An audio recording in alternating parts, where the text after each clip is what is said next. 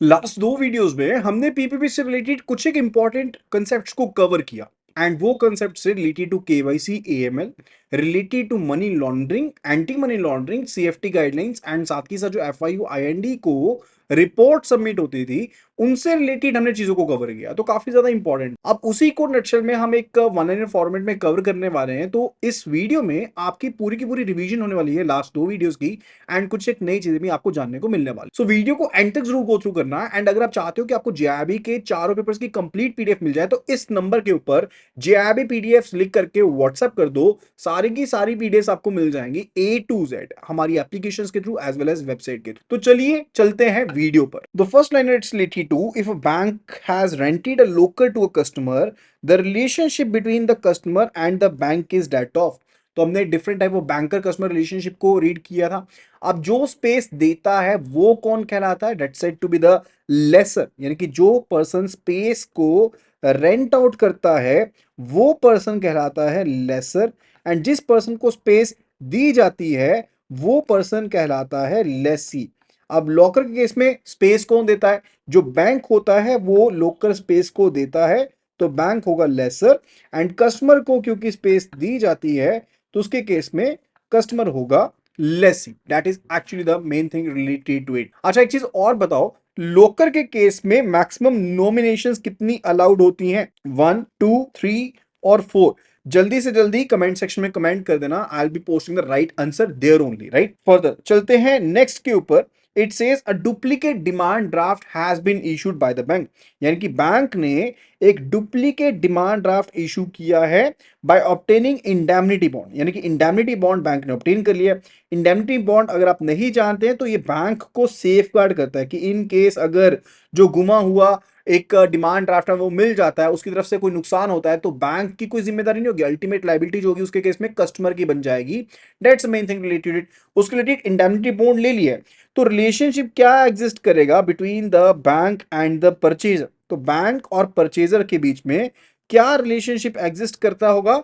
जल्दी से जल्दी आंसर पोस्ट कीजिएगा। I am waiting for your reply. Kindly do answer over here at the earliest कि क्या रिलेशनशिप एग्जिस्ट करेगा। It is indemnified and indemnifier. It's indemnified and indemnifier. अब जो यहां पर बैंक है दैट्स द इंडेमनीफाइड क्योंकि बैंक को इंडेमनीफाई किया गया है, और कस्टमर क्योंकि बैंक को इंडेमनीफाई कर रहा है तो customer will be indemnifier, right. चलिए नेक्स्ट क्वेश्चन पर चलते हैं। It says where a customer has deposited money with the bank without giving any particulars, यानी कि कस्टमर था ए, ये बैंक में विजिट करने के लिए गया, कैश जो था यहां पर बैंक में बिना किसी इंस्ट्रक्शंस के दे करके आ गया, तो यहां पर क्या रिलेशनशिप एग्जिस्ट करेगा? क्या रिलेशनशिप एग्जिस्ट करेगा बैंक के बीच में एंड कस्टमर के बीच में? अब जो बैंक होगा जिसके पास कैश पड़ा है कस्टमर का लेकिन कोई यहां पर रिस्पॉन्स नहीं है, तो वहां पर बैंक जो होगा that will be trustee. Bank जो होगा वो ट्रस्टी कहलाएगा एंड ये पैसा किसको बिलोंग कर रहा है? कस्टमर को बिलोंग कर रहा है। तो बेनिफिशियरी कौन हुआ? पर्सन ए जो है यानी कि कस्टमर जो है वो होगा बेनिफिशियरी, राइट। तो answer will be trustee and beneficiary, trustee and beneficiary. Now let's go to the other question over here. It says there are 4 stages of the money laundering. हमने लास्ट वीडियो में money laundering से related stages को cover किया था, तो ये कह रहा है कि 4 स्टेजेस होती हैं मनी लॉन्ड्रिंग की। मनी लॉन्ड्रिंग की 3 ही स्टेजेस होती हैं, तो ये स्टेटमेंट क्या हो जाएगी? This statement is false. तो ये स्टेटमेंट जो है वो फॉल्स है क्योंकि 3 स्टेजेस होती है। कौन कौन सी स्टेजेस होती हैं? सबसे पहली जो स्टेज होती है that's actually related to the placement, कि आप पैसा जो है वो मार्केट में लेकर के आते हो। सेकंड स्टेज में आप लेयरिंग करते हो कि किसी को एक्चुअल सोर्स का पता ही ना चले, एंड थर्ड में आप इंटीग्रेशन करते हो कि वो पैसे का एक्चुअल में इस्तेमाल हो पाए लेजिटमेट वे में, राइट। तो 3 स्टेजेस होती हैं, 4 स्टेजेस नहीं होती हैं, राइट। चलिए नेक्स्ट जो है it's related to the money laundering activities expose the bank to which type of risk, यानी कि बैंक के ऊपर किस तरह का रिस्क जो है वो इंपोज हो सकता है मनी लॉन्ड्रिंग एक्टिविटीज की वजह से। जल्दी से जल्दी बताएंगे। देखो बैंक के ऊपर लीगल रिस्क भी आ सकता है, बैंक के ऊपर रेपुटेशनल रिस्क भी आ सकता है, बैंक के ऊपर जो ऑपरेशनल एंड कंप्लायंस रिस्क है वो भी आ सकता है। तो ये रिस्क पर्टिकुलरली मेजरली यहां पर बैंक के ऊपर रहने वाले हैं। Operational risk, reputation risk and the compliance risk over there that would be related to it. And also जैसे मैंने आपको बताया कि जो लीगल रिस्क है वो भी बैंक के ऊपर पड़ सकता है, right. Next question it says maximum number of withdrawals including the ATM transactions, यानी कि मैक्सिमम नंबर ऑफ विड्रॉल कितने अलाउड हो गए including the ATM transactions basic saving bank deposit account के केस में, यानी कि बीएसबीडीए के केस में मैक्सिमम जो विड्रॉल है कितना अलाउड है, नॉट नंबर ऑफ बात कर रहे हैं यहां पर, हम विड्रॉल अमाउंट की बात कर रहे हैं। Basic saving bank deposit account के केस में मैक्सिमम विड्रॉल कितना अलाउड रहेगा, maximum of what number of transactions is basically allowed. तो आपको जो अलाउ की गई है, नंबर अलाउ किया गया in case of BSBDA, that is actually 4।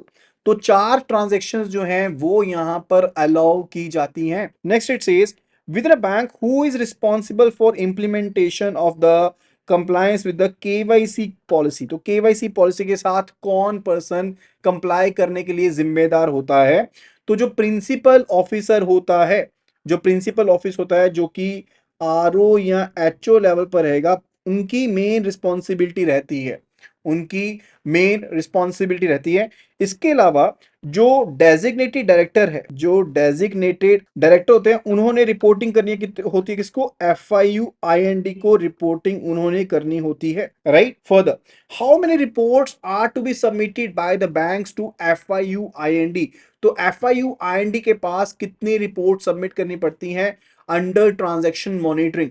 तो total 5 reports are to be submitted. Total 5 reports होती है। कौन कौन सी रिपोर्ट्स होती हैं? सबसे पहली रिपोर्ट होती है CTR, that is cash transaction report, CCR, that is counterfeit currency report, CBTR, that is cross border wire transaction report, and for the NTR, non profit organization transaction report, and the fifth one is STR, that is suspicious transaction report, right? Further, the ninth point it says all the cash transactions of the value of what or its equivalent in foreign currency sought to be reported in cash transaction report। देखो, जो cash transaction report होती है, यानी कि जो CTR होती है, वो अगले महीने की 15 तारीख तक जमा करवानी पड़ती है। यानी कि मई की अगर रिपोर्ट है तो वो जून के 15 तक सबमिट करवानी पड़ेगी। एंड वो सभी transactions, even the aggregate of the transactions, अगर वो सिंगल पर्सन को बिलोंग करती हैं एक सिंगल पर्टिकुलर बैंक में, तो 10 लाख से ज्यादा की जो ट्रांजैक्शंस होती हैं, अबव रुपीज 10 लाख की जो ट्रांजैक्शंस होती हैं, वो रिपोर्ट करनी होती हैं, वो यहां पर रिपोर्ट करनी होती है, right. Now the next word says the maturity period of term deposit ranges from what to what. Maturity period कहां से कहां तक रेंज करता है? मिनिमम मैच्योरिटी पीरियड कितना होता है, मैक्सिमम मैच्योरिटी पीरियड कितना होता है? देखो, मिनिमम जो मैच्योरिटी पीरियड होता है टर्म डिपॉजिट का, that is of 7 days, and जो मैक्सिमम होता है दैट इज ऑफ 120 मंथ्स, यानी कि 10 साल का होता है। बहुत से प्रोविजंस ऐसे हैं, जैसे मोटर व्हीकल एक्ट है, जिसमें कोर्ट के द्वारा गाइडलाइन दी जा सकती है कि जब तक माइनर मेजर नहीं हो जाता तब तक वो एफडी चलेगी। उस केस में 10 साल से ज्यादा का टेन्योर भी हो सकता है, लेकिन that is exceptional. In general अगर आपको पूछा जाए तो 7 डेज से लेकर के 120 मंथ्स का ही टेन्योर होता है, right. Further next point it says in an OTP based e KYC account. OTP क्या होता है? OTP is particularly one time password, right. तो ओटीपी होता है one time password. E KYC account होता है जिसको हम फेसलेस अकाउंट भी कहते हैं। ओटीपी बेस्ड अकाउंट को फेसलेस अकाउंट भी कहते हैं, कि पर्सन का बिना बैंक में जाए हुए ही अकाउंट ओपन हो जाता है। The maximum amount that can be credited and aggregate in an year. तो मैक्सिमम अमाउंट जो आप क्रेडिट कर सकते हो इस तरह के अकाउंट में, वो कितना अमाउंट आप क्रेडिट कर सकते हो एक पूरे साल के अंदर, वो आपको बताना है। तो एग्रीगेट जो अमाउंट आप क्रेडिट कर सकते हो एक पूरे साल में, that's actually rupees 2 lakh, 2 lakh रुपए तक का अमाउंट जो होता है आप इसमें क्रेडिट कर सकते हो। लेकिन ध्यान में रखने वाली बात ये होती है कि ओटीपी बेस्ड अकाउंट के केस में विद इन वन ईयर आपको अपना जो कस्टमर ड्यू डिलीजेंस है, यानी कि सीडीडी का जो प्रोसेस है, वो कंप्लीट करना होता है। 4 पिलर्स बताए थे ना आपको हमने, कौन से बताए थे? जो भी आपके पास कस्टमर एक्सेप्टेंस पॉलिसी है उसके साथ रिलेटेड, रिस्क मैनेजमेंट के साथ रिलेटेड, सीआईपी का प्रोसेस था, and for the monitoring of transaction. ये 4 पिलर्स है, राइट। तो आपको एक साल के अंदर अंदर जो कस्टमर ड्यू डिलीजेंस है वो कंप्लीट करनी पड़ेगी, right. Further it says the cash payment of the term deposit, cash payment of the term deposit can be made अगर अमाउंट 20,000 तक का है, तो उसके केस में आप उसकी कैश पेमेंट कर सकते हो।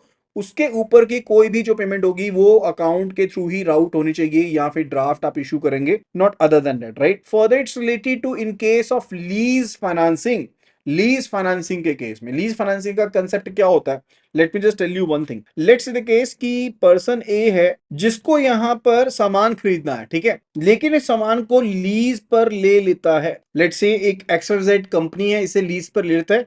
XYZ ने एक्चुअल में एसेट का इस्तेमाल नहीं करना, इसने क्या किया, इसने एसेट को परचेज किया एंड लीज के ऊपर ए को दे दिया। अब ए जो है वो यहां पर रेंटल्स पे करेगा, it will be paying the rentals to XYZ over there, right? So that's a lease financing over there. So in case of lease financing, there is disadvantage that the credit worthiness of the lessee is adversely impacted or affected. तो lessee कौन है? Laser जो कि use के लिए दे रहा है, तो XYZ जो होगा that's a lessor over there, and जिस पर्सन को यूज के लिए दिया गया वो है लेसी। तो लेसी ने तो लोन लिया ही नहीं, उसकी क्रेडिट वर्दिनेस इंपैक्ट क्यों होगी? तो आंसर इज फॉल्स। तो यहां पर ये जो स्टेटमेंट है this is false over here, क्योंकि उसके ऊपर कोई इंपैक्ट नहीं पड़ने वाला है, right? Further on credit card what is a risk weightage? Risk weightage क्या होता है? एक्चुअल में क्या होता है कि as per the basal 3 guidelines, अगर हम बेसल 3 गाइडलाइंस के बारे में बात करते हैं तो as per the standardised approach, ठीक है, क्रेडिट रिस्क को कैलकुलेट करने के लिए रिजर्व बैंक ऑफ इंडिया ने कुछ एक परसेंटेज दी हुई है कि इसका रिस्क वेटेज आपने इस हिसाब से लेना, राइट? तो क्रेडिट कार्ड की जो रिस्क वेटेज है for the capital adequacy purposes वो कितनी है? It is 125%। यानी कि अगर बैंक ने 100 करोड़ का क्रेडिट कार्ड लोन दिया है तो रिस्क वेटेज पर्पस के लिए उसे 125 करोड़ काउंट किया जाएगा, एंड इसी के अकॉर्डिंग जो कैपिटल एडिक्वेसी रेशियो होगी वो बैंक को मेंटेन करनी पड़ेगी, right? Further foreign currency non resident account can be form in the form of saving account और करेंट अकाउंट और term deposit account where the foreign currency can be deposit. देखो FCNR account होता है, foreign currency non resident account, यानी कि FCNR account जो होता है वो सिर्फ और सिर्फ टर्म डिपॉजिट की फॉर्म में होता है, नॉट इवन द RD, सिर्फ और सिर्फ टर्म डिपॉजिट की फॉर्म में वो अकाउंट होता है। एंड जो मिनिमम मैच्योरिटी रहती है उस तरह के अकाउंट की वो 1 साल की रहती है, एंड मैक्सिमम जो मैच्योरिटी रहती है वो 5 साल की रहती है, right? So that's the main thing. तो यहां पर ये जो स्टेटमेंट है this is false over here. Okay, चलिए नेक्स्ट पे चलते हैं। It says for violations under the prevention of money laundering act the penalty can be imposed. अगर आप PMLA के अंदर आप क्या करते हो, वायलेशन करते हो, यानी कि जो चीज नहीं करनी चाहिए थी अगर वो चीज करते हो तो यहां पर जो कोई भी डेजिग्नेटेड डायरेक्टर है या कोई भी इंप्लॉय है उसके ऊपर फाइन पड़ सकता है, जो कि 10,000 से लेकर के, हर एक फेलियर के लिए 10,000 से लेकर के 1 लाख तक का हो सकता है, right? So the answer will be ranging from rupees 10,000 to rupees 1 lakh over here. Next one it says, as per the KYC AML guidelines, banks are to preserve the transaction records. एक KYC AML transaction के हिसाब से bank को records को preserve करना पड़ता है even after जो बैंकर कस्टमर रिलेशनशिप है वो यहां पर खत्म हो चुका हो तब भी। तो बैंक को कितने टाइम के लिए प्रिजर्व करना पड़ता है ऐसे रिकॉर्ड्स को? तो आपका टाइमर स्टार्ट होता है अभी, तो जल्दी से जल्दी आपको आंसर पोस्ट करना है। ये ब्लू लाइन देख रहे हो ना ऊपर, तो आपका टाइम जो है वो यहां पर स्टार्ट हो गया है, तो जल्दी से जल्दी आंसर कीजिएगा। What would be the particular years, number of years जितने टाइम के लिए बैंक को मेंटेन करके रखना पड़ेगा रिकॉर्ड्स को? So the answer over here is 5 years. 5 साल के लिए बैंक जो होंगे उनको इसे मेंटेन करके रखना पड़ेगा, चाहे बैंकर कस्टमर रिलेशनशिप सीज हो चुका है। Now in case of medium risk customers, periodic updating जो होती है डॉक्यूमेंट्स की will be done after. Medium risk customers के लिए कितना होना चाहिए? जल्दी से जल्दी यहां पर आंसर पोस्ट करेंगे, kindly do answer over here at the list. तो 3 कैटेगरीज होती हैं, low risk, medium risk and high risk. जो लो रिस्क है उसके लिए 10 इयर्स का टाइम पीरियड है, एंड जो हाई रिस्क है उसके लिए 2 इयर्स का टाइम पीरियड है। मीडियम रिस्क के लिए कितना टाइम पीरियड है? जल्दी से जल्दी बताइएगा। मीडियम रिस्क के लिए time period is 8 years over there. तो 8 साल का टाइम पीरियड है मीडियम रिस्क कस्टमर्स के लिए कि 8 साल में आप रीडॉक्यूमेंटेशन करवाएंगे, अपडेट करेंगे। Next one it says what is a limit for foreign inward remittance during first 30 days. जैसे अगर आप कोई फॉरेन जो स्टूडेंट है उसका अकाउंट ओपन करते हो तो कौन सा अकाउंट ओपन करोगे? पहली चीज हम उनका NRO अकाउंट, आप जो नॉन रेजिडेंट ऑर्डिनरी रुपी अकाउंट है वो उनका ओपन करेंगे। एंड फर्दर लिमिट जो बाहर से पैसा आ सकता है पहले 30 दिन के लिए, अगर उन्होंने अपना जो एड्रेस है वो अभी आइडेंटिफिकेशन पूरी नहीं की है, वेरिफिकेशन पूरी नहीं की है, तो 1000 USD की लिमिट रखी गई है। कितनी है? 1000 USD की लिमिट है। और फर्दर जो विड्रॉल है उसकी भी लिमिट रखी गई है, 50,000 की विड्रॉल की भी लिमिट रखी गई है अगर एड्रेस अभी आपका नहीं हुआ, आइडेंटिफाई नहीं हुआ। और अगर आपने बांग्लादेश, यानी कि अगर कोई स्टूडेंट जो है वो आपके पास बांग्लादेश से आ जाता है या फिर स्टूडेंट जो है वो पाकिस्तान से आ जाता है, तो उसके केस में आपको पहले आरबीआई का प्रायर अप्रूवल चाहिए आरबीआई का, तभी आप ऐसा कर पाओगे, राइट? नहीं तो नहीं कर पाओगे, ठीक है जी। चलिए लास्ट पर चलते हैं। It says KYC guidelines are issued by Reserve Bank of India. तो केवाईसी गाइडलाइंस कौन इशू करता है? Reserve Bank of India issue करता है, ये तो हमें पता ही है, ठीक है।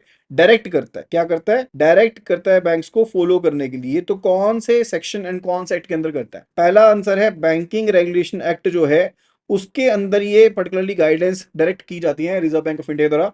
एंड यहां पर आरबीआई को सेक्शन 35A के अंदर बहुत ज्यादा पावर्स मिली हुई है कि आप गाइड कर सकते हो बैंकिंग पॉलिसी के हित में, डिपॉजिटर्स के हित में डायरेक्शंस दे सकते हो। तो उसी के अंदर ये डायरेक्शंस होती हैं वो आरबीआई के द्वारा दी जाती है, राइट? तो आंसर यहां पर section 35A of the banking regulation act होने वाला। आई होप कि ये 20 पॉइंट्स आपको काफी ज्यादा हेल्पफुल लगे होंगे एंड आपने अच्छी खासी चीजें यहां से सीखी भी होंगी।